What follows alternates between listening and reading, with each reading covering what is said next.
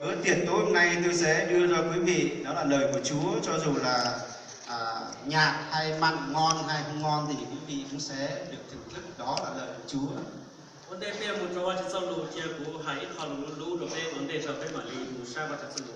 Trước khi bước vào lời của Chúa thì tôi sẽ có một vài lời ngắn ngủi để chúng ta sẽ đi vào lời của Chúa.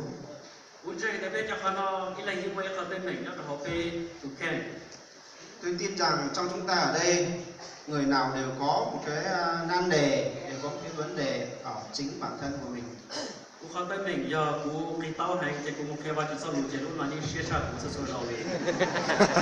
Vấn đề của tôi là tôi quá thấp, cho nên là tôi đứng trên cái bục giảng này thì tôi có khi dưới người ta cũng nhìn thấy tôi, tại vì tôi thấp quá.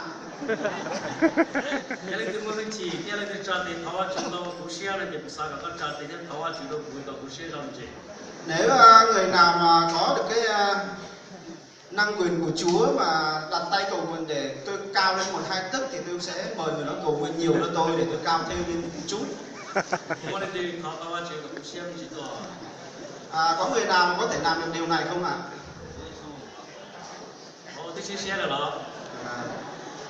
Có nhiều người nói là tôi đã cao rồi.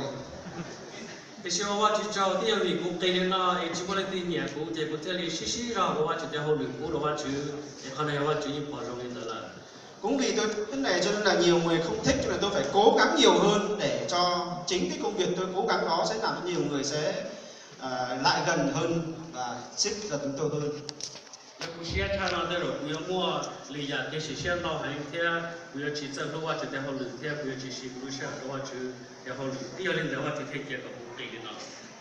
Nếu mà tôi mà cao thì có thể là chưa chắc tôi đã là yêu mến Chúa, tại vì tôi nói cao tôi đã có thể tôi sẽ có nhiều cái điều kiện khác, thì có thể tôi sẽ không yêu mến Chúa, thì chắc là Chúa cũng sử dụng tôi như ngày hôm nay không.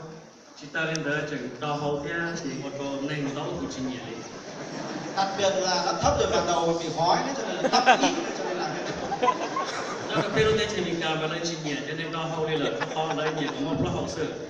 vì ở đất nước ở bên Mỹ thì hầu như người ta không thích người mà bị đầu hói, người ta chỉ thích người mà có tóc và tóc đen.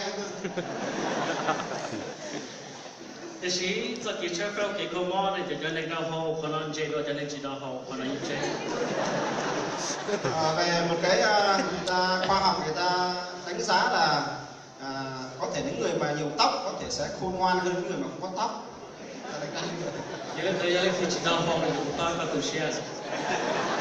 Cho nên là mà hói thì cũng rất là buồn.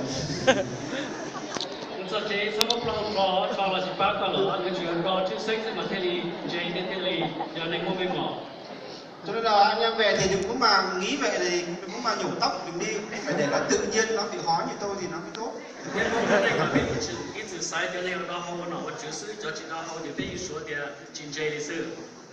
Nhưng mà người Mông chúng tôi ấy, thì nếu mà người ta muốn chọn một người nào đó để lãnh đạo một người nào đó để cầm quyền ấy, thì ta phải chọn những người mà đã bị đầu hói thì người ta tôn trọng hơn.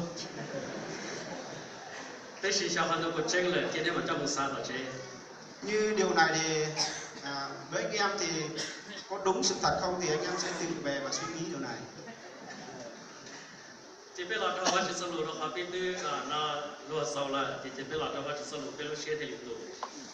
Chúng ta cũng đã có vài lời vui, thì giờ này chúng ta sẽ bước vào lời của Chúa.